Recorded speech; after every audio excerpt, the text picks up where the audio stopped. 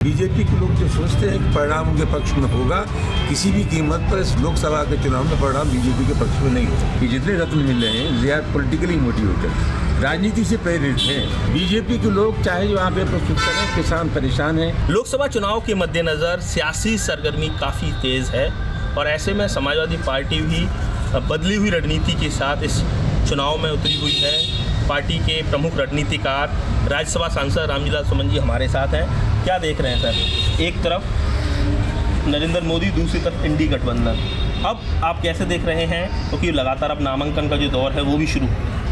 देखिए, पुराने चश्मे से चुनाव को देखना ठीक नहीं है। चीज़ें काफ़ी बदली हुई हैं और आपको याद होगा मैंने एक बार नहीं कई बार ये कहा है कि अतिवाद चाहे धर्म के नाम पर हो या जाति के नाम पर, उसकी उम्र लंबी नहीं होती।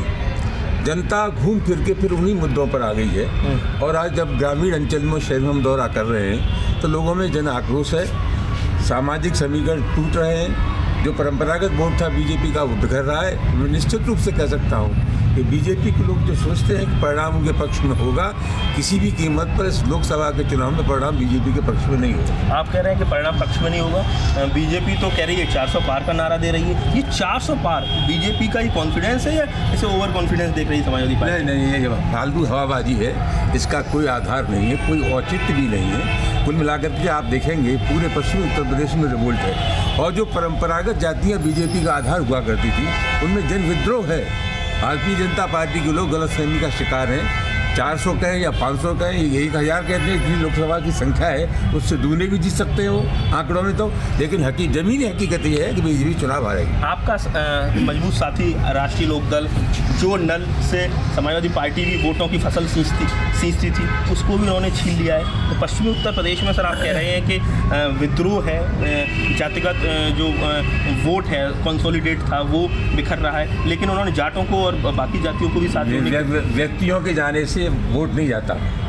और आपको मैं बता दूं, मेरा ये सौभाग्य है कि मुझे चौधरी चरण सिंह के साथ काम करने का मौका मिला। चौधरी चरण सिंह के टाइम में पश्चिमी उत्तर प्रदेश में जाट और मुस्लिम गठबंधन था। जयंत चौधरी ने जो काम किया है वो जन इच्छा के विपरीत काम किया है और वहाँ जाकर के कोई भाजपा के वोट में इजाफा नहीं कर रहे हैं, निराश ही होंगे।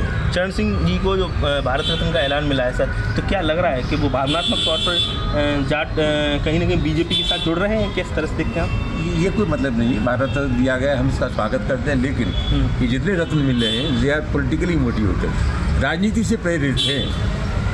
जो बड़े लोग हैं, महान लोग हैं, जिनका कंट्रीब्यूशन है ज़िंदगी के किसी भी क्षेत्र में, उनका सम्मान होना चाहिए। लेकिन इस ताबड़तोड़ इस बीच में जो भारत रत्न बांट आ गया रेबड़ियों की तरह, उसका कोई ज़्यादा मतलब क्या लग रहा है सर आपको कि समाजवादी पार्टी ने अभी कई सारी सीटों पर घंटों में प्रत्याशी बदल दिए?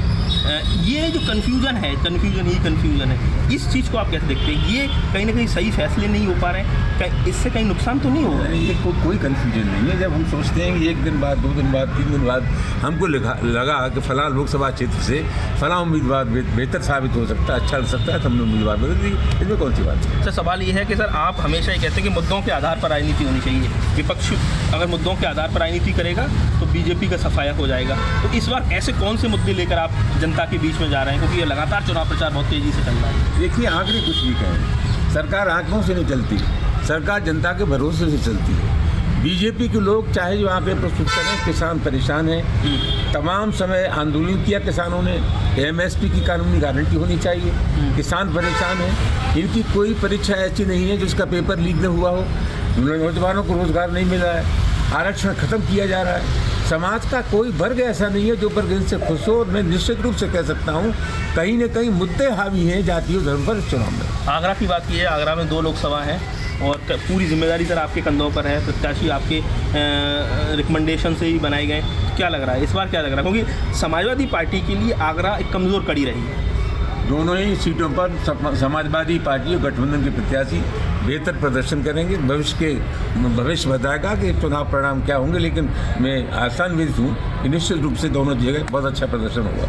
रामजीलाल सुमन जी समाजवादी पार्टी के वरिष्ठ नेता, उनका कहना है कि इस बार समाजवादी पार्टी किसानों के मुद्दों पर, नौजवानों के मुद्दे, आरक्षण में जिस तरह से कमी की जा रही, इन तमाम मुद्दों को लेकर जनता के बीच जा रही है और वो आशान्वित है कि पहले से इस बार समाजवादी पार्टी बेहतर प्रदर्शन करेगी। श्रेष्ठ यूपी के लिए आगरा से नितिन उपाध्याय की रिपोर्ट। उत्तर प्रदेश की हर खबर से अपडेट रहने के लिए श्रेष्ठ यूपी को करें सब्सक्राइब, बेल आइकन दबाएं और देखते रहें श्रेष्ठ यूपी।